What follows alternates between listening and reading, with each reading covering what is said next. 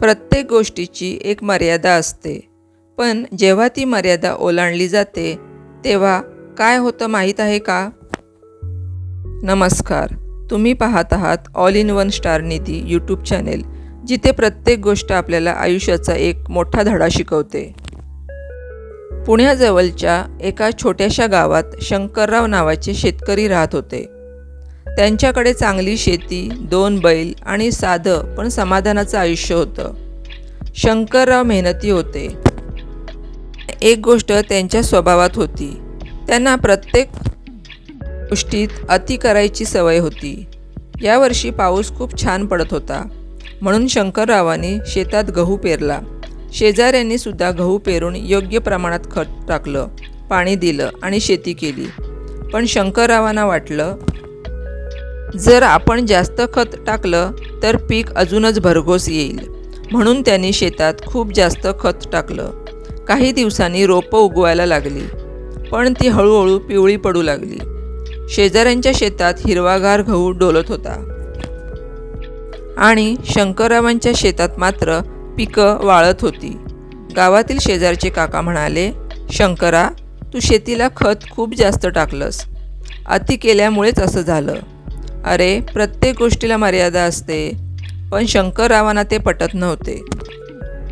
शेतात नुकसान झाल्यामुळे शंकररावांनी ठरवलं की आता आपण गावात छोटं दुकान सुरू करायचं. त्यांनी किराण्याचं छोटंसं दुकान चालू केलं. सुरुवातीला दुकान छान चालू लागलं, ग्राहक वाढले. पण पुन्हा त्यांची अति करण्याची सवय पुढे आली. ते सकाळी लवकर दुकान उघडायचे आणि रात्री उशिरापर्यंत दुकानात बसायचे. खाणं पिणं विश्रांती काहीच नाही. जास्त वेळ दुकान उघडलं तर जास्त नफा मिळेल, असा त्यांचा विचार होता. काही महिन्यातच त्यांची तब्येत बिघडली. डॉक्टरांनी स्पष्ट सांगितलं, तुम्ही शरीराला विश्रांती दिली नाहीत, अति काम करत राहिलात, त्यामुळे आजारी पडलात. दुकानाच्या नादात शंकररावांनी कुटुंबाकडेही दुर्लक्ष केलं. मुलांना वेळ नाही, बायकोशी संवाद नाही. शेवटी एक दिवस मुलगा म्हणाला, बाबा, तुम्ही आम्हाला वेळच देत नाही, आम्हाला तुमची गरज आहे.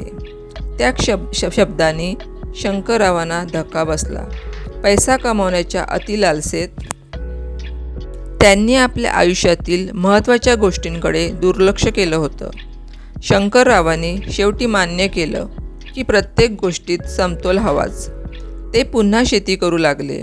यावेळी योग्य प्रमाणात खत आणि पाणी वापरून शेती केली. दुकानही चालू ठेवले, पण ठराविक वेळेत. कुटुंबाला वेळ देऊ लागले. हळूहळू त्यांचं आयुष्य पुन्हा आनंदी आणि शांत झालं. या गोष्टीचा बोध असा आहे, अति तेथे माती. प्रत्येक गोष्टीत मर्यादा आणि समतोल आवश्यक आहे. जास्त लोभ, जास्त काम, जास्त राग शेवटी नुकसानच करतात. समतोल राखला तरच आयुष्य सुंदर आणि यशस्वी होतं.